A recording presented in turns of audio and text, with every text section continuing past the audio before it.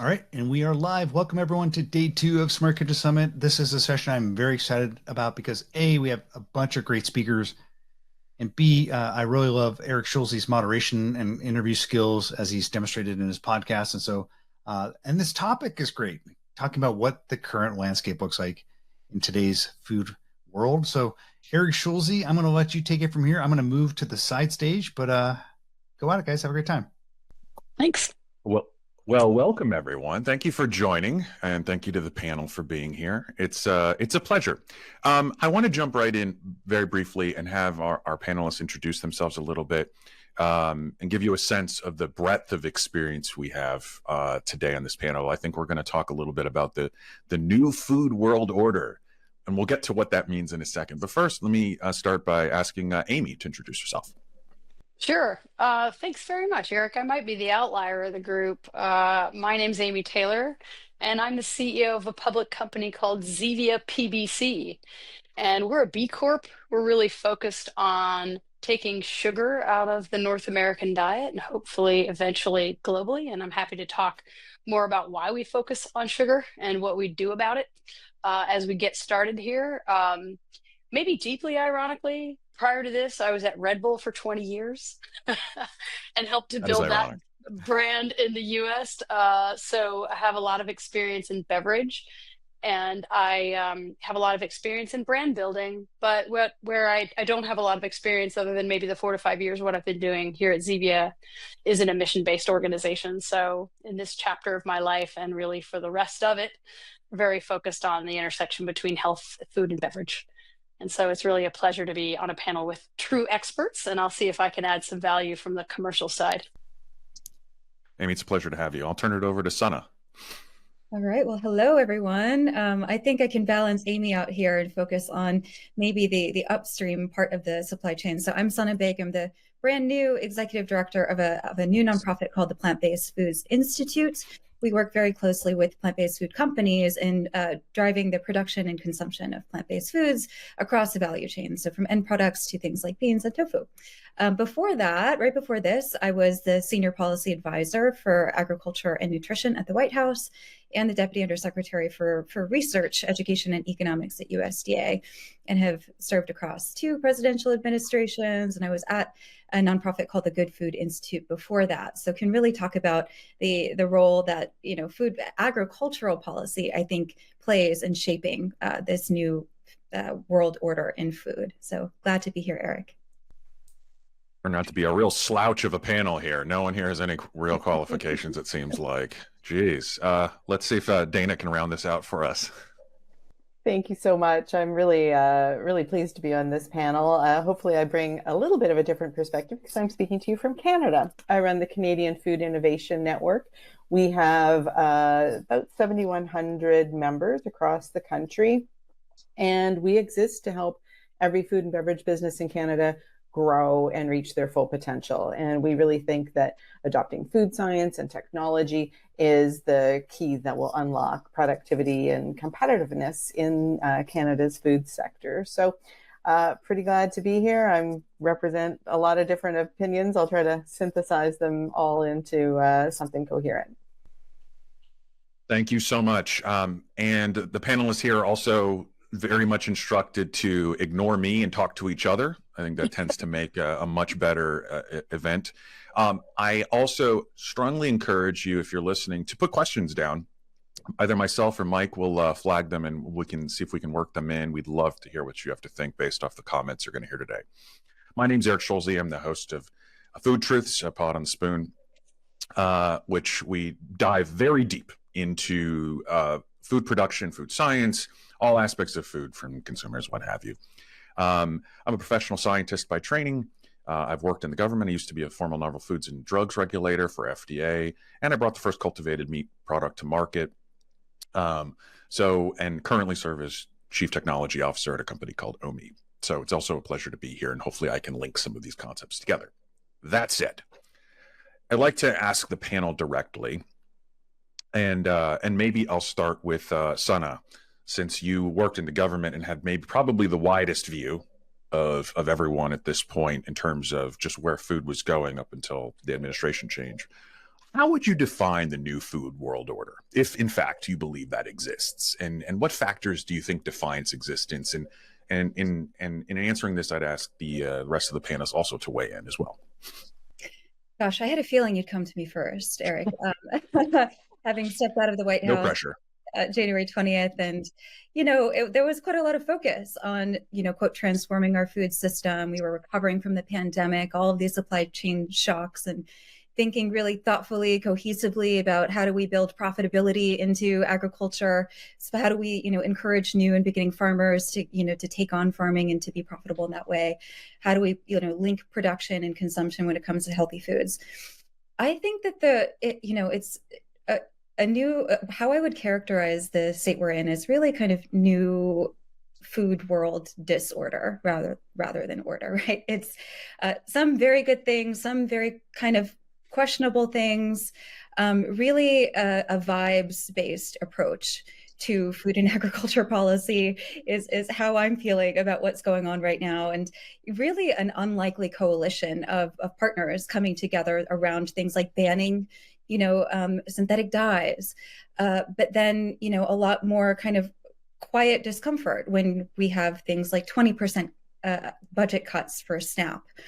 We're talking about all of these things around, pushing food safety, but then firing our food safety inspector. So there's quite a lot of contradiction going on.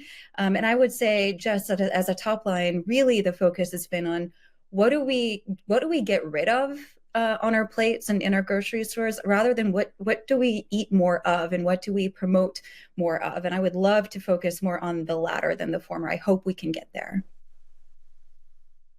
Team, do we think that was there the vibe shift that Sanah mentioned? Was that something that happened with the administration change, or do we think there was factors leading up to that before it that are persistent? Maybe Dana, I'll go to you. Yeah, I think it's interesting because, of course, I'm in an adjacent but different ecosystem. So we see a lot of the things happening in the US. And then, of course, we also have lots of activity here in Canada, and our members are all over the world. And I think when I think about what's happening globally, I feel like, if you're familiar with how mechanical gears, switch from one state to the next, there's some friction that happens as that click over happens. If you think about an old fashioned lock set, for instance, and it feels like we're in the middle of that globally. It feels like everything is hard and messy and uncomfortable because we don't quite know where we're going to land.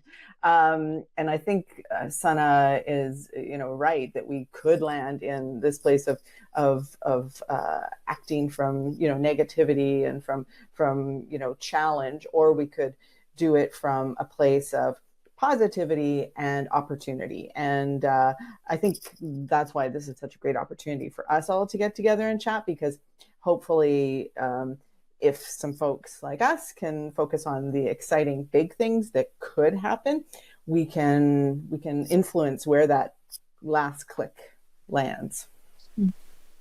Amy, what do you think? Yeah, I really appreciate Sanah's opening and Dana's comment, which I think is ultimately like playing the long game and also starting out as an optimist and taking responsibility for like proverbial controlling the controllables. If I literally try to answer your question, I don't think we've had a hard shift on January 20th, although I'm sure that Sanah and many thousands of others feel that we do because they experienced it personally.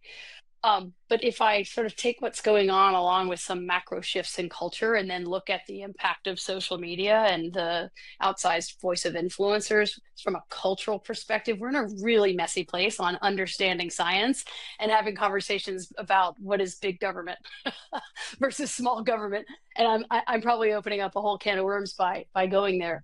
But for me, I'll just give you, I want to speak from the place of my expertise on the matter.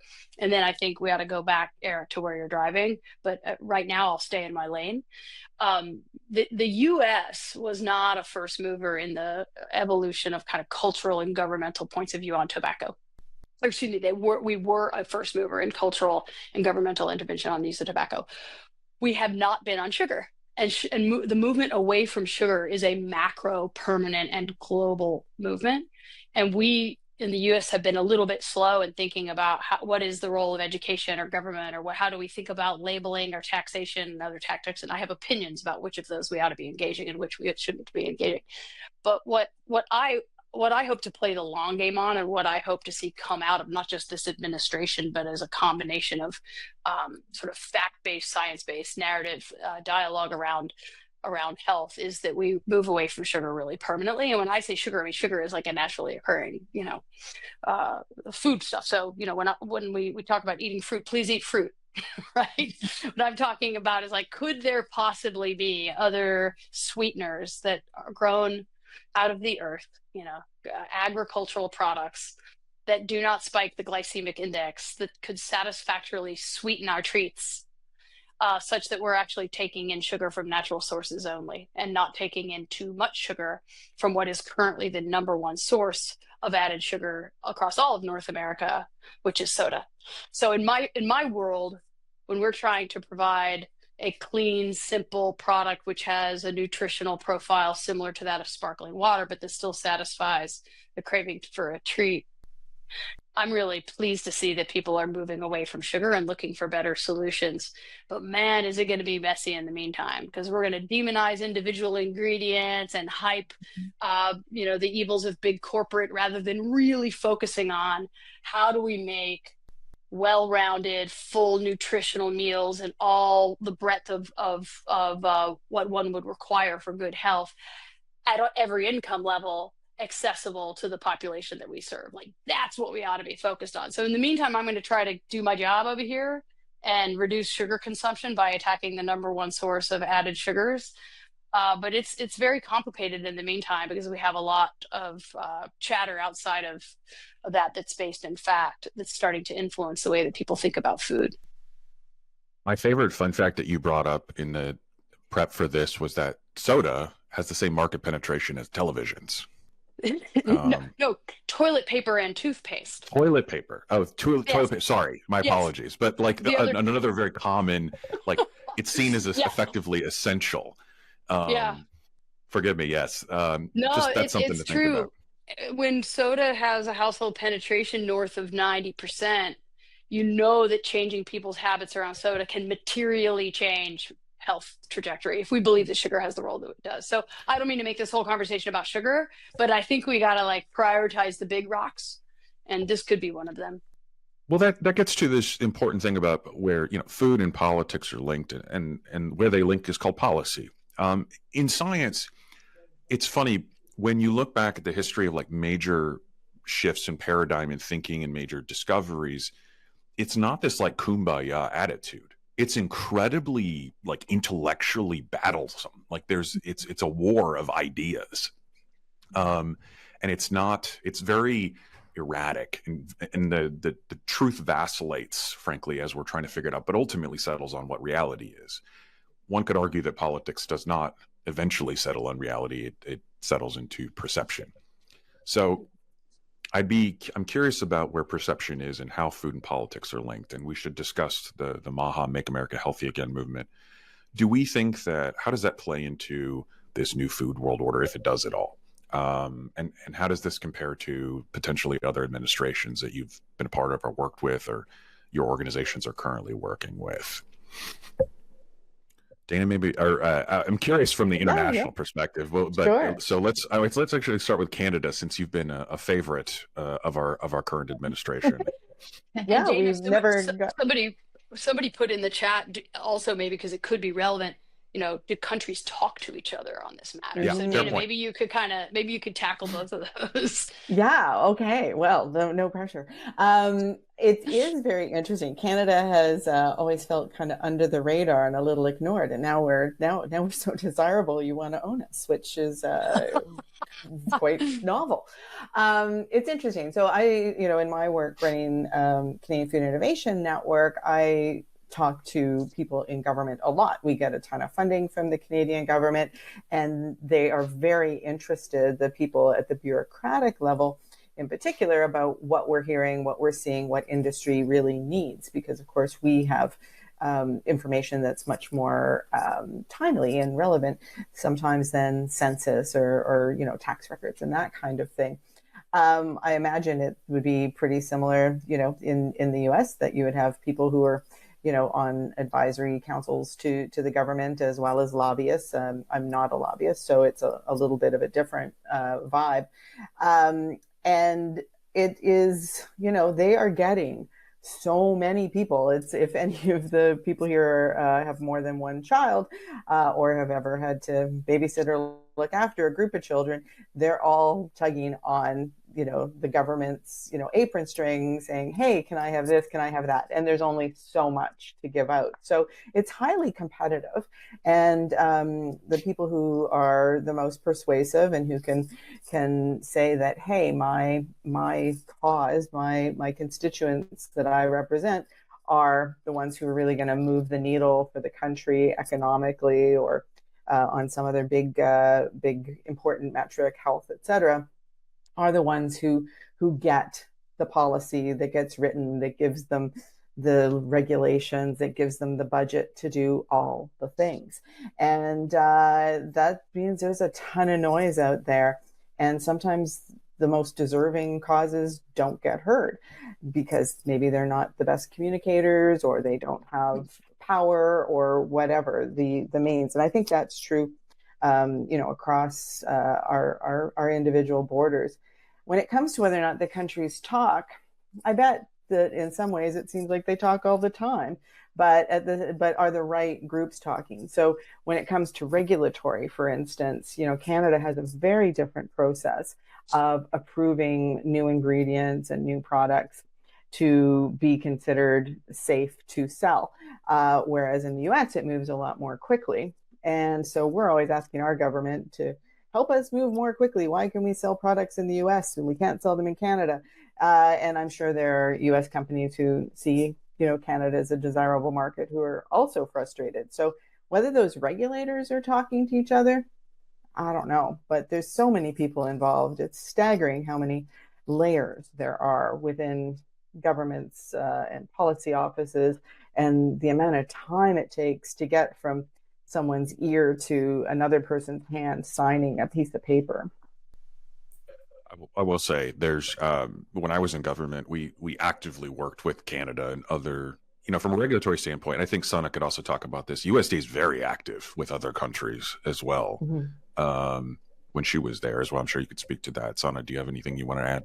Oh, there's so much to say. First of all, kudos to Canada on your innovation landscape. I think from the plant-based world here in the US, we're watching and we're trying to emulate some of what you're doing, especially around pulses and around, creating the types of products and, kind of new next generation products that consumers want, that kind of meet that desire for, kind of familiar platforms with more nutrition and, kind of more of that natural element coming from the land, and supporting farmers in the process, right? Because they're the foundation of food. From the policy framework, I mean, you're totally right. One of the things that it was so difficult, and I worked on the research side of USDA, in my most recent role, and people, science is global, and we needed maximum collaboration on these issues. When you're talking about climate change, when you're talking about global food security, you're talking about livelihoods. And yet we didn't get funding for that type of collaboration. So really, a lot of these things are kind of, we know they need to happen, but they're not things that Congress will fund us to be able to dedicate staff to doing. But that being said, research is definitely one area where the USDA in particular has a lot of collaboration with scientists, including in Ireland, Singapore, France, you name it, in Canada. So I think that kind of continues, and it continues as well, regardless of what happens at the federal level, through relationships across, especially academia and our land grant universities that are tried and true. They're there. They have, good faith partnerships. And maybe to turn it back to your question a little bit, Eric, too, when we talk about policy and politics, people are policy. It's not just, vibes and influencers and industry. Like, the actual people in these jobs matter. Of course, I'm biased, having been a person in some of these jobs before, but certainly if you have the Secretary of Agriculture calling herself a Maha mom, that has impact, right? That, if you have RFK Jr., bringing together, people that might not have ever gotten a platform like that at the White House or at HHS, that has influence, and it bubbles into and is integrated into the people that are deciding, what parts of the Maha Commission report get implemented. Where do we focus? So I think that that is kind of a testament to why there is so much, as I called it, disorder and vibes focus, because, people have their kind of pet issue, and it might be awesome that we're thinking about how to make school meals healthier for children, right? How are we thinking about, supporting child nutrition and combating the diet-related, chronic disease epidemic that we have in this country? But then why at the same time are we not talking about the fact that fewer than 15 to 20% of Americans actually eat enough fruits and vegetables? On top of that, we actually don't produce enough produce, enough fruits and vegetables, grains, legumes in this country to meet our own per capita dietary guidelines. So, there's some good stuff, but it's really not a system right now, though I think we have that opportunity to really match policy around things like consumption and end products with things like actual production policies, and how are we supporting a diversified cropping system, for example, that really builds and supports rural livelihoods and, onshores jobs and creates manufacturing opportunities like, both sides have been talking about for quite a long time. I think all of those ingredients are there, but we haven't found a way to really plug them together in a way that makes sense yet. Talk about policy all day. I do want to eventually, one thing, since we could talk about this, the vibes aspect of Maha, I do want to talk a little bit about tariffs and food prices as well. One, obviously, how is this affecting your businesses and the industries you're looking at, on Americans and Canadians as well, and especially, I mean, with Canada, we saw like our open revolt basically when the tariffs were launched. So is there any credence to this idea of reshoring or onshoring food production here in the U.S. more than already is? Is that part of this new food world order, if that exists? And I'm curious what y'all's thoughts are. Maybe let me start with Amy. Ours is fairly simple. We produce everything that we produce via third parties that are held to a very high standard, both through the lens of quality foods as well as labor, in the US and Canada. So for Canadian consumers in Canada, for the US consumer in the US. So we're very fortunate that we already have that manufacturing onshore. And I think it's a very complicated matter to think that tariffs would then somehow trigger a fundamental change and the makeup of industries that thrive in the United States. There's a lot more that would be required to get there, I would imagine. And we are impacted in the tariffs conversation only through global sourcing of aluminum, which would, again, be very, very challenging for many reasons I won't drag us down into, to think that we would source that here in the United States as some sort of lone operator that's figured out how to do that inside of the span of several decades, if not generations. So I think it's very complicated, and our observation as we work really hard to try to make better for you affordable, because we're good as a society as putting super expensive foods at very high price points in the natural channel, right? But we need better for you foods at accessible price points at Aldi and Walmart and Dollar General and on down, so that it's 10 miles from every American household at a bare minimum. And so keeping prices down, especially better for you foods prices down in a heavily tariff environment, especially in the very insightful data set that Sanah just rattled off about what do we actually produce on a per capita basis for those healthy foods, I find to be very, very challenging. But I think you'll probably get a better macro perspective outside of carbonated soft drinks from the other two. If I can jump in, it's obviously been a very hot topic here. We've done some surveys with our members who are food companies. Of course, I've been following this in our news. And I think, Amy, astutely talked about keeping food prices down and making food of all kinds, particularly healthy food, accessible. And that's very challenging to do when you're in the midst of a trade war. There's this chilling effect that's happened, I've seen on both sides of the border and with investors. Nobody knows what's going to happen next. And so everyone is being very cautious. And that in and of itself is a problem. Because you don't have people investing in technologies and innovations or launching new products into new new spaces where, new ingredients are making new value propositions possible for consumers who have unmet needs. And so it's, I think that's the biggest problem, is that all this productivity, all this time is going into scenario planning and game planning and pivoting, and it's not going into running your business really well and investing in your culture and getting your cogs down and finding great suppliers. I'm just overwhelmed by the waste that all of this is creating. I might jump in just quickly on just thinking about Canada and talking to one of our plant-based food companies that have been around for a really long time, a strong demand kind of internationally. And now, some of the retailers that they were working with kind of saying, no, thank you. The tariff situation is so volatile, so unpredictable.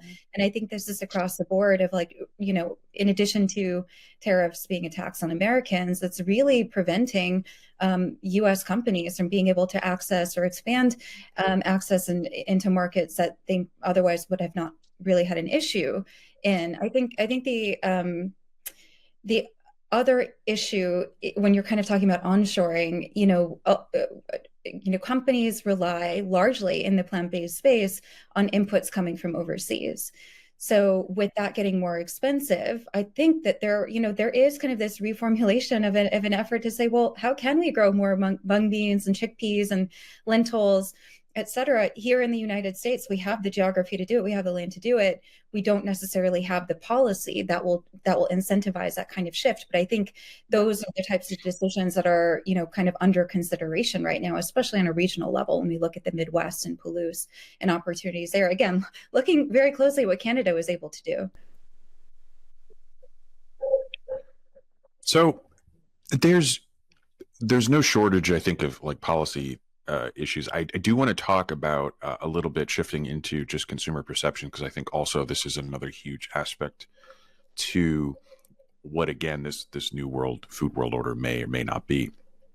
And again, Amy, maybe start with you around the notion of what are you seeing in consumer behaviors that maybe were leading indicators in the past that now are relatively mainstream behaviors or lagging things that you've noticed that have led to where do you think consumers are or where they're heading? Yeah. So I mentioned the macro move away from sugar, and that's something that we've heard is coming. And now I would say that's here to stay. I'll introduce a very nebulous term. Now we're talking about clean label products, right? Whatever that means.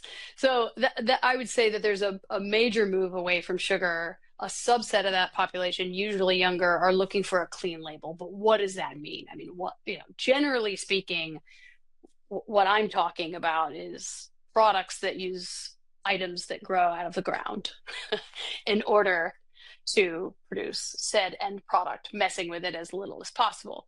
That doesn't mean not processing it, or else you're not going to ever have anything on a shelf that you can buy, by the way. All these words are wildly misunderstood. So from a consumer perception perspective, the millennials, Gen X generally didn't care what they put in their body. I'm going to grossly oversimplify. Gen X, work hard, play hard.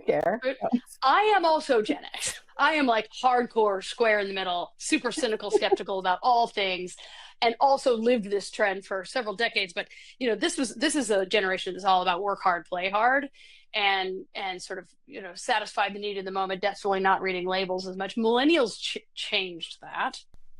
And millennials really started looking at labels. I'm stereotyping, I'm oversimplifying. And Gen Z continues millennials' sort of mission, if you will, to try to achieve a well-rounded and better for you diet for themselves and their families. What's really challenging, though, and I think this is like Sanah was taking us there, is like, how do they determine what that actually means? And so in our world, where let's say a millennial parent is just trying to do a little bit better, Zevia, as an example, can be a hack, right? If you switch from conventional soda to Zevia, you can cut your sugar consumption in half with that one move. What are other simple things that families can do that are rooted in science, that are basic, that help them to improve their health, that don't feel too radical? because I think this is maybe where we go wrong. On a prep call, we were all chatting, and I said, hey, I consider myself to be an incrementalist with radical intent, but that's because I just don't believe that we radically shift behavior. I mean, people fill out a survey on their phone about how they're eating healthier while they're in the drive-through at McDonald's. You know, it's like the perceptions that I have of what I want for myself versus my daily behavior rooted in habit. And the last comment I'll make is, people make purchase decisions in branded spaces with their heart and justify them with their head. They don't lead with the head. They don't lead with the rational. So education in gross detail through scientific trades for the Gen Pop is not the solution. We do have to shift vibes, but imagine if we were clear on our objective. What is the objective? Is the objective really collective global health improvement? Trace that back to key drivers, root causes, and think about policy that would actually get us there. And then when we do marketing, simple terms, inspiring people to do better by themselves with one small step at a time. So that's my wildly oversimplified take. Oh my gosh, I have to jump in on that, Eric. You have to, because this is your space. Well, listen, Sanah, you and I are the millennials on this panel, I believe. So, But I mean, I agree with Amy. I mean, there's really a shift toward better for you products without abandoning, food identity, food culture, what is normal. You're still going to grab a beverage that you find delightful, even if it's not, water, as no one's drinking as much water as they should be. People say that I'm going to reduce meat consumption, I'm going to eat more veggies, but that's clearly not happening. Consumption's increasing every year. And so how do you meet people, kind of where they actually are? And so that's kind of the idea behind plant-based alternatives, especially, some of these end products is, many people have tried for 30, 40 years to tell people, just eat whole food, just eat beans, eat whole foods. That hasn't really moved the needle at all. And so I think, I'm not saying that that is not part of the solution. I actually think some of the latest data show that actually when maybe some of the more in the US market, some of the more kind of familiar brands might not have done as well in 2024, there is a kind of a steady but significant rise in things like tofu and seitan and beans, right? And so I actually think that some of the groundwork laid by this, maybe more of this step change and thinking about, okay, well, we're going to talk completely differently about how we deliver protein. Maybe where people are landing right now is somewhere in the middle. Like, you know what? I do really like that chana masala. I really do like falafel. I really do want to incorporate more of that stuff. And so yes. I think where there was a shift in a real hyper focus and really waving the climate flag, what people might have kind of not realized or understood is that health is really, really queen here when it comes to food and why people make those decisions and what they're kind of sacrificing for. So I think people are not motivated by claims like sustainability, or obviously they don't want technology in their food either. But when I think about, going to a grocery store and getting, one of the big kind of plant-based, let's say chicken nuggets versus an animal-based one, I really think that if the plant-based version was cheaper than the animal-based version, that, a lot of these conversations would be moot. And I think a lot of this as an industry 100%. With production and really bringing down the cost of products that are ultimately better for you. Are they perfect? No. Do we need science? Do we need technology to make sure that we're advancing in the ways that consumers are looking for and are actually better for nutrition density, et cetera? Yes. But how do we get to that incremental change that really needs to happen? Because if it's not, the pendulum can swing all the way back, which is, I think, what we're seeing right now too, and kind of this return to naturalism and, this kind of raw milk vibe that we've got going on. It's so interesting because what I heard from both of you is that what we really need is, agreement on a common goal. And I used to work at the University of Guelph. My career, I started out as a chef, worked in food manufacturing. I've sort of done the full 360. And one of the most inspiring concepts that's so simple that I think would resonate with people is the concept of One Health. So healthy soil, healthy animals, healthy people, right? Healthy planet. And it's pretty simple. And like Amy said, if you have that one ideal, everything else can trickle down. But in pretty much I think all democratic countries, we have, unfortunately, we never get any momentum, right? We have these 4-year cycles and things, 2 steps forward, 1 step back, and it's a shame. So in the absence of having someone or an entity that could say, this is our 25-year plan, cost is absolutely, like, you're spot on. Making it cheaper to be healthy is the way to go. We've all seen those, horrible news exposés about these, poor paycheck to paycheck moms and dads who stop at the drive-through because it's literally cheaper than going and buying a raw chicken and, a loaf of bread and the carrots and the peas and going home and cooking it. So we're not going to help them to have a healthier family because they literally have to make decisions based on price. Dana, I love that point. I know, Eric, you have a point here, but I just think that also speaks to another element of this MAHA movement and this, disorder that we're kind of in, which is a return to the focus on the individual, kind of blame on the individual, the burden on the individual. And I think there was a question in the chat about like glucose monitors and all of these, wearables. Like good, fine, etc. But we know that the food environment needs to change. The choice architecture needs to change. How we're talking about these products needs to change. How we're positioning them in food service and retail, etc. All of that. There's so much excellent science behind that. Human design centered thinking.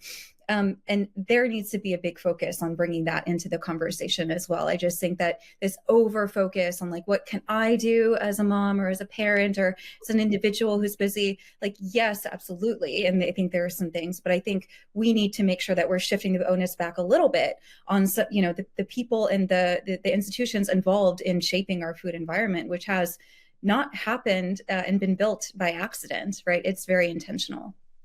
I also love, Sanah, that you made a couple references to some specific recipes and like, let's make it sexy. Like we have to use some components of the MAHA playbook. When I say we, I just mean societally. I'm not saying like, oh, there are category tailwinds and we need to compete in XYZ. No, what I'm talking about is like, people are talking about food. We have like a very interesting sort of like fertile ground upon which to communicate in fresh ways. And if we're starting to think about like, how are we cooking and what are we using and how, and what dishes are our end game and what can we make trendy? And this takes some collaboration with corporate America on how we're positioning, take some tailwinds of like, what are hot food categories, right? And start to communicate around the end game more, again, kind of like the 25-year plan, Dana, which is like the utopia that we can't seem to organize ourselves around. But maybe there are some tailwinds with this currently social media driven, non-fact based narrative that's taking place. If we can start to kind of go back to the roots of how families function and how we can make better for you foods accessible, but also aspirational, and I like that you mentioned a couple of specific recipes versus talking about the ingredients, because we haven't moved people by telling them they need to eat more lentils. So let me throw a couple things. Commenter Scott says he survived Olestra, and I just want to note that for everyone here. Like that should be on your epitaph. I survived COVID. I survived Olestra. With all trust broken now. And then Lisa, we're getting to your question. She asked a great question around food innovations that excited and sort of the lackluster performance of plant-based cultivated adoption. We're going to get to that, but I want to ask a question to tee that up in a little bit of a different way. Dana, you mentioned the University of Guelph. And when I was at FDA, I regulated a product, a genetically engineered pig called EnviroPig. Yes, that's a famous case study. And that was within my group, and that was part of my remit, was to evaluate the safety and efficacy of this animal that has a genetic engineering component that made it so that it could effectively be better for the environment. It didn't produce, for those that may be familiar with it, it was better for the environment. That was its whole thing. Okay. So my whole thing, and I'm biased because I'm a genetic engineer, is I believe that we should have more science in our food, not less. And also we're talking about like getting people to eat more pulses and lentil, what have you. But those are things that exist because of evolution. What about clean foods that we haven't yet invented? I want to get to this idea of science as a bridge to our cultural traditions, not as the dystopian motivator. So I'm curious what the panel thinks about the use of science and technology to build foods that could be better for us rather than sort of the enemy, or why you think it has ended up that way. Is it just pure capitalism and pragmatic cost reduction, and science has enabled that? I'm curious, and if anyone has a thought, jump in. I'll go Otherwise, I super will call fast in. because I'll go super fast because I think the experts should talk about it. I'll just give you a real life example. Stevia is a part of the sunflower family. It grows out of the ground on most continents. It uses 1/10 the amount of water that does cane sugar, but we never talk about any of that stuff. It was approved by the FDA for use in food and beverage in 2008. So we've just started to figure it out. To your point on science, Eric, there are 20 molecules within the leaf that could be used to sweeten beverage. It's just a matter of which ones don't require any other binding agents, what can be used in pure form, and what tastes the best with other blended natural products. And so with science, we improve the use of stevia to have rich taste and no aftertaste, therefore satisfying people's cravings for cane sugar, which spikes one's glycemic index and has long-lasting negative health implications. So bring on the science. My only recommendation from the marketer is don't talk about it too much. Just do the science behind it. So Amy, and then just facilitate. And then you let the experts speak now.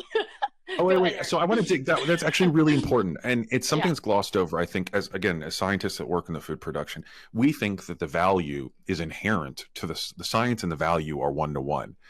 Why do you think, we talked about this in the pre-call, people believe their food starts at the grocery store? They don't want to know all of the mechanizations that it takes. Yeah. So the question is why? I want to get to that. Like, why do we need to divorce the science from the emotional aspect? Because science is inherently rational and not emotional. Because if someone can grow their vegetables in their backyard, they're like, that is the purest form. If I had more time, I would grow it all right here, which of course I can't. So I just want to go to a pretty clean grocery store, or at least the one that I can afford, and buy the cleanest stuff that I can. But if I have time to make it, by the way, because we're talking about a very wealthy subset when we have these conversations. We're not talking about your average American or North American. Those folks don't have time to think about all that crap. But I would say what they would all have in common, with the exception of sort of like the highly informed consumer and sort of an intellectual elite, is that science and food sounds like they are against one another. I mean, note GMO conversation, right? Generally speaking, when people say clean label, they hope and expect there's no science behind it. Of course, we know that's not true. We can get to cleaner label with the help of science. But I wouldn't put our energy in marketing and trying to change behavior, in unlocking and explaining all that. Nope. I would meet people where they are and do great tasting, better for you foods and make them sexy. Yes, that's very hard. But I'm taking too much airtime from experts. I think that's exactly right. I mean, the cultural element, and like people want the most direct route to what has for thousands of years been wired into how they view food, which is not just an end product, it's a lifestyle, right? It's connection to the land, it's kind of, milling your grains, it's all of that kind of goes into it. And of course, those things have been removed over time, but also in relatively short order, right? The past 100 years have been a huge shift in that. And I think Amy is spot on with, we do, and you're right, Eric, we need more science in food. We need the right type of science, though, and we need to stop funding, I think, science that has very limited ROI. And we need to be careful about who we're talking to about the promise of R&D and how science and tech are fit on your plate. Consumers don't want to hear it. People don't want to eat food technology. It's just for many reasons that we've talked about. But government wants to hear about it, depending on their values, right? When I was in the Obama administration and then in the Biden years, all of the kind of main, entrenched food interests were talking about all of the technologies that they had employed to reduce emissions and to, be more efficient with water and with energy and transportation. But do you think that they were putting that on their commercials on TV? Absolutely not. They're rolling hills and happy cows and, the kind of natural things that people want to see or want to believe. And so I think that there's a need for that. You have to pick the right audience, and you have to do things like unlocking, hey, out of the kind of roughly 12 plants that dominate our food system, like, why can't we explore some of the other hundreds of thousands of plants out there that could, have better qualities, or more delicious, have better functional traits? How do we unlock science there? versus, you know, how do we, I'm not going to pick on any one commodity crop, but like, how do we continue to make those things better in terms of yield and, you know, valorizing off streams, that kind of thing. I think that we need to shift what we're funding in terms of science and then how we're communicating that thoughtfully to consumers who don't want science on their plate. All that is great. I have a story that I think is illustrative. Last summer, I was at a meeting with our then Minister of Agriculture here in Canada, and I suggested that one of the best ways for us to improve the food system was to ask Fisher-Price to quit making those ridiculous farms that every single kid gets. We brainwash children to think that a farm is a guy in a straw hat, a cow, a pig, a chicken, a dog. And I said to him, I'm like, Minister, if I said, how many children are born in Canada every year? And one of his people knew the number. And I said, if you were to put, you know, $100 into every time a kid in Canada is born, sending them a more realistic looking toy that really made what a modern Canadian farm, or, you know, like instead of those goofy play kitchens, you know, send them a food scientist thing. In a generation, we would have a completely different set of attitudes. The fact is, people romanticize the food value chain, having no idea that it's not a value chain, that it's actually a matrices, and that there's all these supply chain issues and this and that and the other thing. They don't need to understand it, but they also need to be taught not to demonize it. So, you know, to Amy's point, which was an excellent one, and Sanah, you reinforced it already, you know, just selling the benefit and not going into all the information for consumers makes sense. Think about insulin or rennet, both made with precision fermentation. Mm-hmm. Nobody says, oh, I'm not going to eat that cheese because it's bioengineered, or oh, I'm not going to, you know, prevent myself from dying in a diabetic coma because that was, you know, biotechnology. We go for the benefit. I like cheese. I like not being in a coma. Story's over. This is my kid playing with my sister's Fisher-Price farm 2 days ago. I had one. My kid had one. I mean, look, you know, Chipotle did an ad with a Willie Nelson cover of a Coldplay song, Back to the Start, and it showed the re-engineering. Do you remember this? It was an anti-big food inspiration to position Chipotle that they were putting kind of clean foods back from the original notion of farms into the system. And I think that is so, I mean, I just let's do science and call it agriculture. You know, like yeah.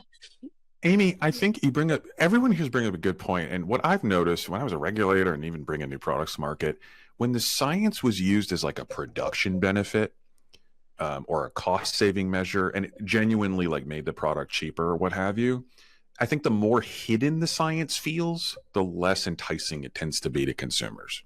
So it has to be just like an overt value proposition, I think, for it to be something that consumers may actually embrace. But I'm going to say that and then immediately disagree with myself, moving on to something like the Impossible Burger, which shamelessly put the science front and center. And yet, you know, we've seen the purchases of these, to Lisa's question around these new products that are not doing as well as they could be doing in market. We're not seeing mass adoption, and we're seeing more adoption like tofu and bean burgers, like we were saying, like going back to this. So what's going on here? Is this part of like, again, this new food world order? Like what has caused this rejection potentially, or what will it take for them to be adopted? Yeah, maybe that's it for me. That's Sanah's sweet spot. Sanah, I would say this might be up your alley. Yeah. I mean, I think to take a step back, I mean, I was sitting in the Secretary of Agriculture's office in 2016, and there was zero talk about a protein transition, about innovation in this space, about plant-based anything. And in under 10 years, we have a more than $8 billion market in the United States. Between 2017 and 2024, sales doubled.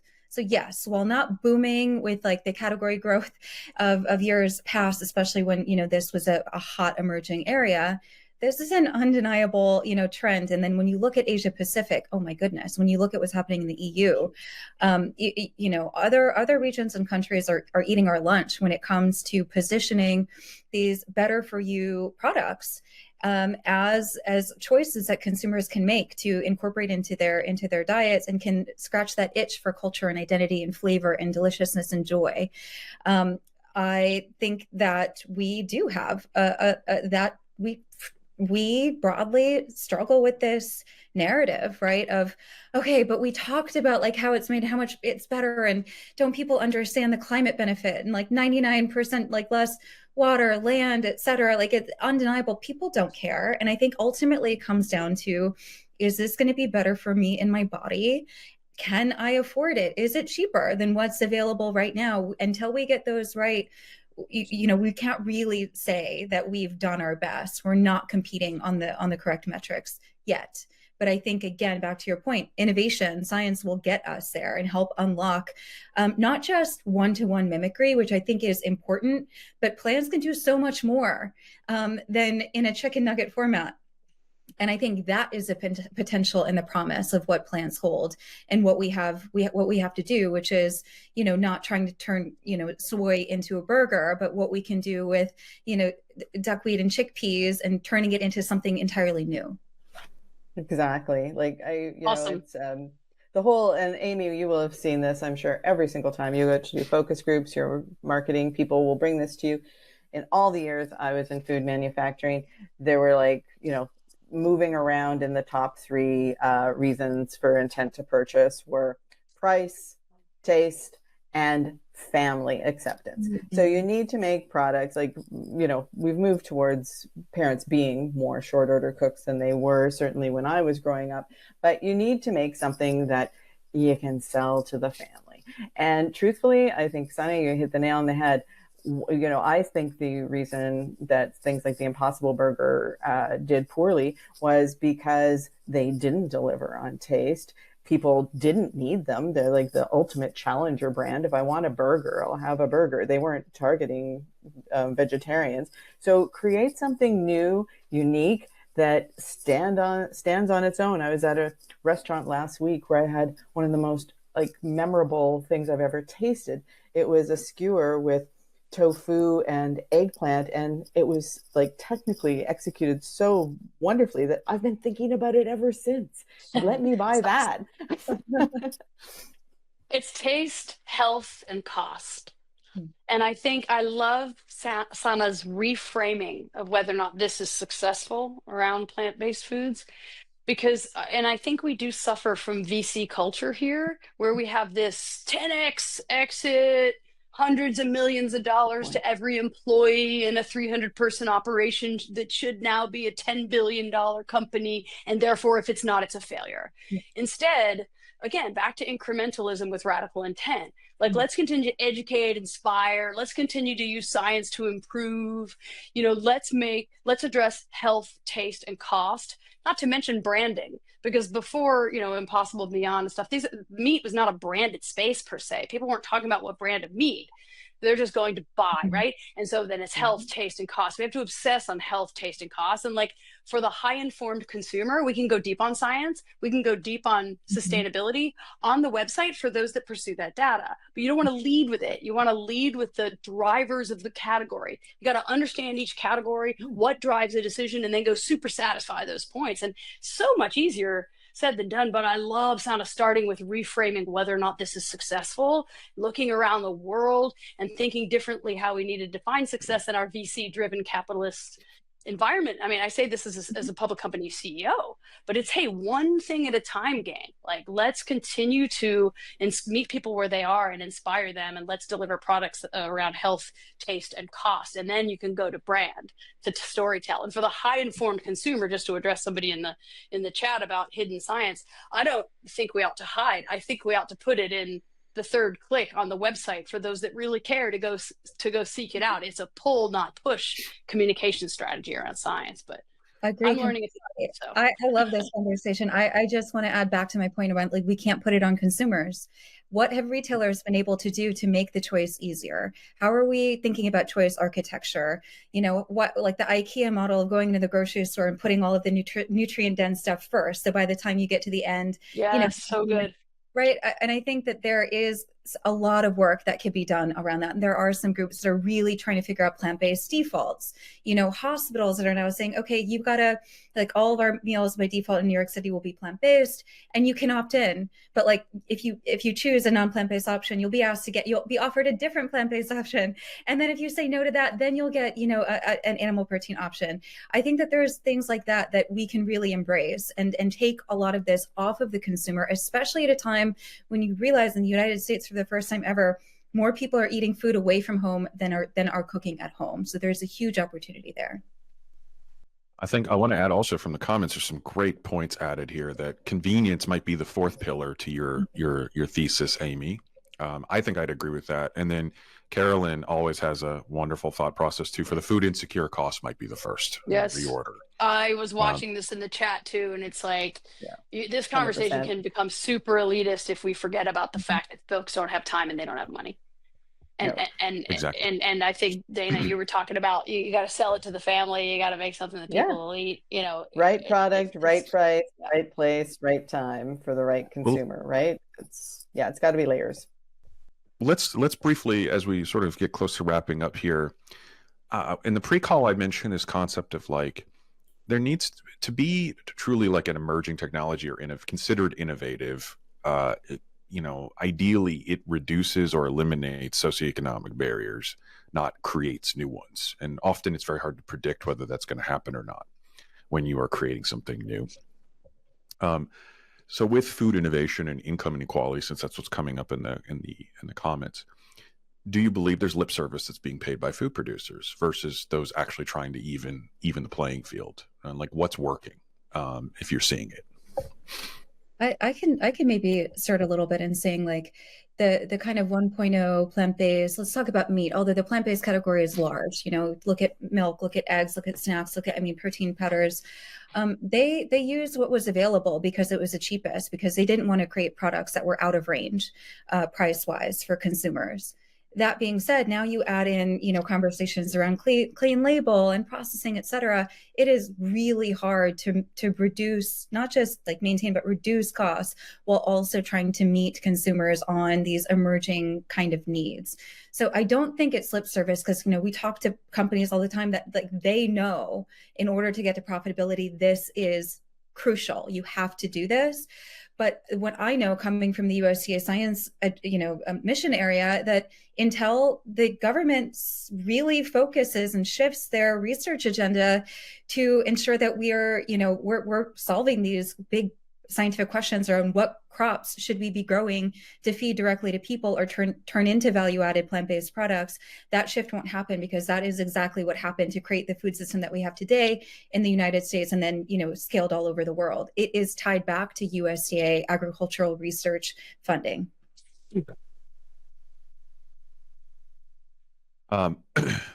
Yeah, go ahead, Dana. Did you want to add to that? Yeah, this may be too Canadian specific a comment, but, you know, your question was, you know, do food companies, are they trying to use innovation to reduce costs and to make things more affordable?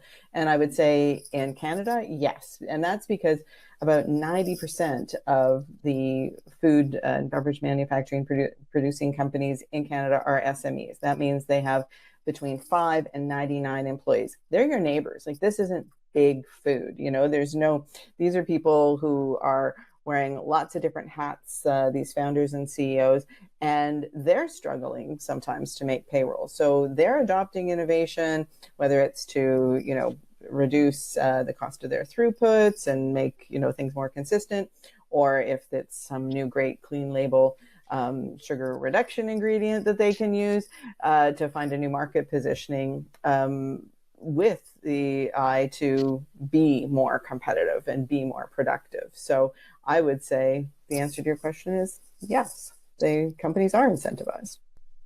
Good. Well, I want to wrap up with a quick question, more of a hypothetical. Everyone here runs or works with organizations that are in food production, and obviously we want those to be successful businesses and organizations. We obviously don't have everything figured out, but sometimes we think, what could we, if we could just change it overnight? So if, just briefly, each one of you, if you could change one consumer behavior or aspect of the food production system with a sort of Thanos style finger snap, what would it be and why? I'm very curious.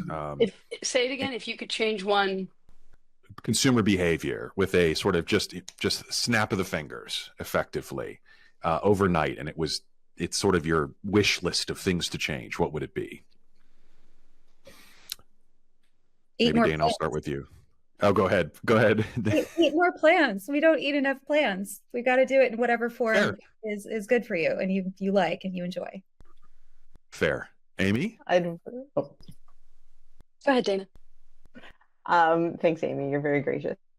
I would want to hypnotize everybody so that broccoli and carrot sticks were as delicious as chips and popcorn. Yeah, I think I have to be consistent and say avoid added sugar. Fair. Well, listen, we're at time, and I just wanted to thank and join me in thanking our panel today. I want to thank you all for such a wonderful conversation. It's such a pleasure to be around such smart, thoughtful people with diverse experience. Again, this was great. If you want to contact, and I will hand it back over to Mike, but if you want to contact any of our panelists, we'll provide that information for you. Yeah, Mike? I will drop everyone's LinkedIn in the chat. We'll do that because it's a great way to connect people. And great job, Eric, moderating. And man, what a great conversation happening in the sidebar chat. So this has been fantastic. Thank you guys. This has been great. Thanks so much. Thanks for the engagement.